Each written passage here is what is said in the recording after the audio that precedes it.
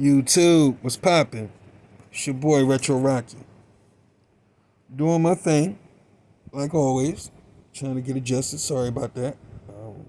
This mask and everything. Still wearing the mask for you youngins. Still want y'all to be safe. The reason we're here is because I want to review the Ms.Pac unit released by Numskull Designs and Quarter Arcades. I could just go into the review, show you the hardware, and be done with it. But I think I'll be doing you a disservice. For one, I'll throw some quick juicy tidbits out there. Ms.Pac was introduced in 1982. It started its life off actually in 81 through a company named General Computer Corporation, which released a modification kit for the original Pac-Man machine, which turned it into a game called Crazy Otto. Crazy Otto had the changing mazes, the bouncing fruit, and all the things you know from Ms. Pac-Man, except for the fact that the main character wasn't Ms. Pac-Man, it was an otter. A very nasty, slimy, disgusting looking otter, by the way. I'm glad they went with the whole Ms. Pac-Man thing. The otter thing, it's really not working for me. But that's just a little brief history lesson. They got sued by Atari for modifying the Pac-Man machines, and they settled out of court and came to an agreement with Midway, who was the company responsible for distributing Pac-Man here in the States. Midway bought their Crazy Otto machine and decided to turn it into a full-fledged sequel to Pac-Man. They turned the otter into Ms. Pac-Man, made a few other changes, argued over what to call him in the unit. First it was Ms. Pac-Man, then it was Super Pac-Man, and then they finally settled on Ms. Pac-Man. All this happened while the whole world was having some type of media renaissance. TV, film, and music was all on fire in 82. In television, Tom Hanks and Bosom Buddies was tearing up the charts in its breakout role before he got stuck on an island talking to a bottle for a whole movie. Yeah, millennials, that was a thing. It happened. Don't blame us. We didn't make the movie. Yeah, it happened on our watch, but it ain't our fault. But I digress. That was also before he threw the bachelor party that made every Gen X teenage boy want to get married. Mind you, not for the wife, just for the bachelor party. By the way, I had a great one. It was only surpassed by my divorce party, which was humongous. But again, I digress. And while Bosom Buddies was tearing up the charts, Lou Ferrigno and God bless his soul, Bill Bixby, were tearing up perfectly good Brooks Brothers shirts in The Incredible Hulk. Yeah, things was crazy. What can I say? 82 also had the crazy DJs from WKRP.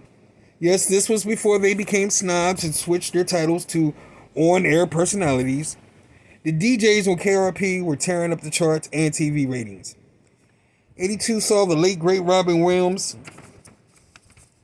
convince the whole world to start chanting Nanu Nanu. I still don't know what that shit means. It's like being the only kid in the schoolyard that hadn't learned Peg Latin yet. Yes, millennials. Peg Latin was a thing also. Look it up. No time here for that explanation. 82 gave us the last season of the show Chips and Eric Estrada's very tight and unsexy Highway Patrol uniform pants. I digress. 82 was the year we found out that it didn't matter who shot JR because he had a new contract and his ass wasn't going to die anyway. Oops, lost my paperwork there for a second. Again, 82 was the year we found out who shot JR. And we also found out that it didn't matter who shot him because Larry Hagman had a brand new contract and JR's ass wasn't dying anyway. Again, millennials, look up Dallas and Who Shot JR. Maybe you'll get the reference. By the way, it was Sue Ellen's sister, Kristen, that bitch, she was the one that shot him. Spoiler alert. Actually, I was supposed to get a spoiler alert before that, but oh well, I fucked up. My bad. Shit happens. In '82, Arnold and Willis were still settling into their deluxe apartment in the sky. My bad. That's the Jeffersons. Apologies to George and Wheezy. Millennials, again, you need to look that up. I'm not going into the Jeffersons with you either. What's next on our agenda? Oh, shit. 82 was a crazy year.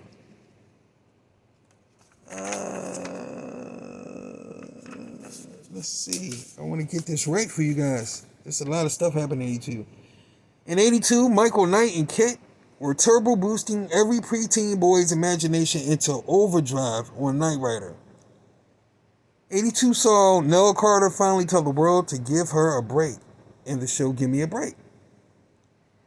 In that year, before the DeLorean, before the flux capacitor, and yes, before Biff's dumbass started picking on George and Marty McFly, Alex P. Keaton made me want to be really smart and simultaneously find every bad name in the book to call my big sister.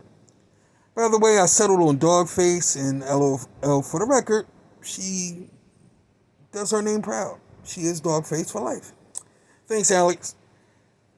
And I'll end the TV portion of this rant with 82 being the year that people at SNL look like geniuses, because this was the year Eddie Murphy and Joe Piscopo destroyed SNL and late night television. And to think this almost didn't happen. See, the showrunner, I forget her name, Jean, I think it was Dumanian.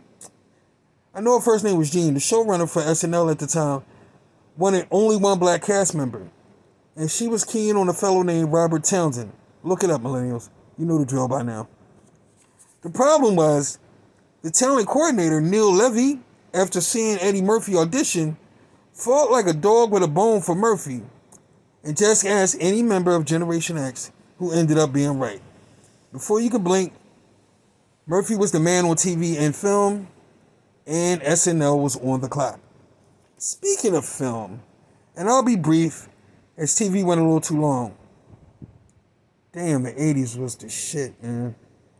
Again, millennials, that is a phrase you can find in the Urban Dictionary. It's Gen X speak. Just look up the shit and you'll figure out the rest. Back to films. 1982 gave us E.T. and its $359 million at the box office. Dustin Hoffman starred in Tootsie, which pulled in $177 million at the box office. And Tough as Nails, Lou Gossett, before the 3D Shark, and Richard Gere pulled in $129 million with An Officer and a Gentleman. Damn, that's some real money right there. Oh yeah, 82 was the same year that Murphy guy, the one I was talking about earlier from SNL, he dropped a napalm bomb on the world with a flick called 48 Hours. Suffice to say, after which, once again, SNL was officially on the clock, and it wouldn't be long before Murphy would roll out, and the rest was history. And last but not least, music. Pop music from the 80s. Although technically launched in August of 81, it was in 82 that the entirety of Generation X decided we want our MTV. And we got that shit, and we kept it. Until millennials got a hold of it, and it stopped being a music channel, and nobody gave us the memo. I actually turned on MTV the other day. I was expecting to see a music video, and I saw a girl throwing a diaper at somebody. But I digress. I will drop a tear for MTV later. 82 gave us new rock and metal albums from everyone from Aerosmith, Alice Cooper, Cheap Trick, Sammy Hagar, Billy Idol, Iron Maiden, Judas Priest, Kiss, Motorhead, Ted Nugent, and Twisted Sister. While the still growing hip-hop genre in 82 gave us The Message by Grandmaster Flash and the Furious Five. Damn, I really used to love a song called White Lines, even before I knew what it meant.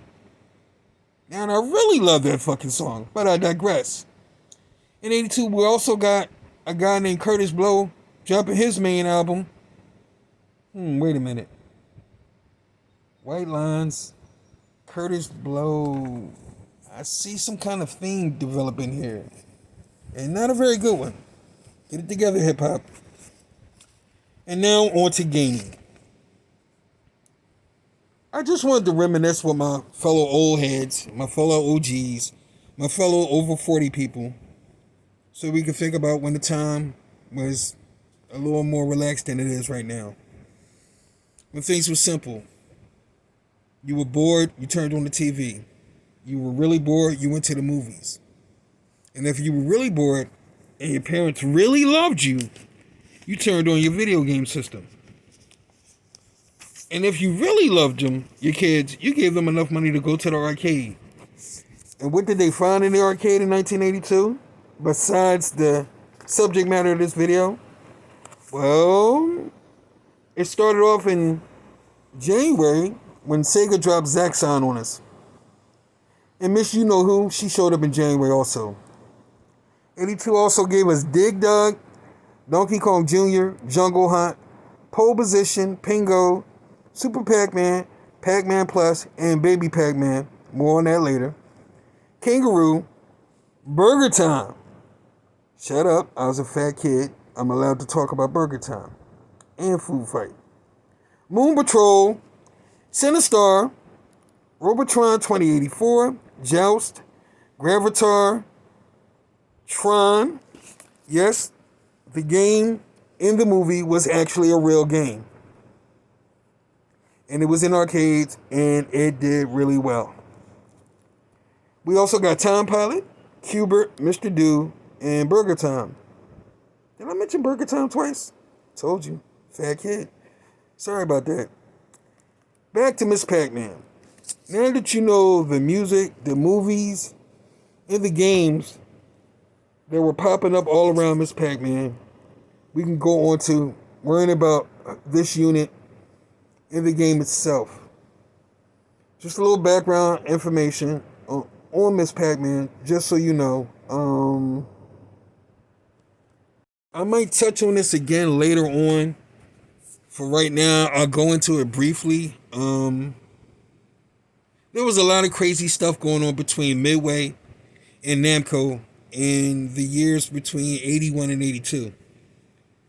I'll go into this a little more too on the review side of the unit, but for right now, I'll just tell you that in 82, Midway, the company that distributed Pac-Man for Namco, the Japanese company that created Pac-Man in 80, well, I guess Midway had ants in their pants once they secured Crazy Otto.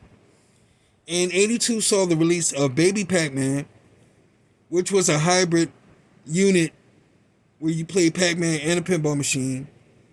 Super Pac-Man, which was the only legitimate sequel to Pac-Man, released in 82 by Namco, which, by the way, flopped.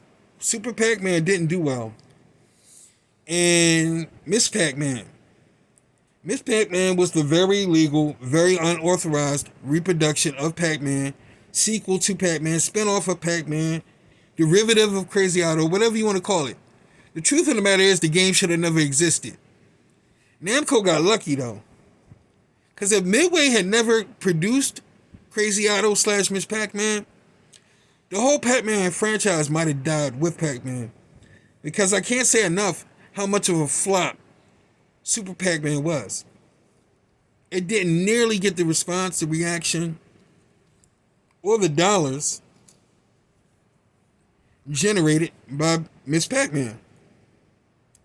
As a matter of fact, the other spin-off games, Baby Pac-Man and Pac-Man Plus, they all did better than Super Pac-Man did. So Namco kind of owed Midway a solid, and since Namco still owned the rights to everything, they still made their money. And after a while, they realized, well, Super Pac-Man's a flop, and Miss Pac-Man's a hit. So they decided to just shut up and count the quarters. And they counted a hell of a lot of quarters. Ms. Pac-Man is one of the few examples of a video game that is truly bigger than its predecessor. Very rarely in movies do we see a sequel surpass the original movie in both money generated and fan opinions. I think about The Empire Strikes Back versus Star Wars. I think about Aliens versus Alien. I mean, if you talk to somebody crazy enough, they might actually tell you they liked Halloween 2 better than Halloween 1. I wouldn't say that, but people will say that. That's the thing about opinions. We're all allowed to have one. And now we come to Ms. Pac-Man. Ms. Pac-Man was the first example of a sequel to a video game where you only did just enough to make it different and just enough was perfect. If Midway had did any less, it might not have been a hit. If Midway had did any more, it might not have been a hit. If the people at General Computing Corporation who created Crazy Otto and Ms. Pac-Man had been any less skilled, it might not have been a hit. I don't normally bring God into anything when I'm talking about tech, but it had to be God smiling down on everything. Just worked out perfect. You had the right team working on the original game.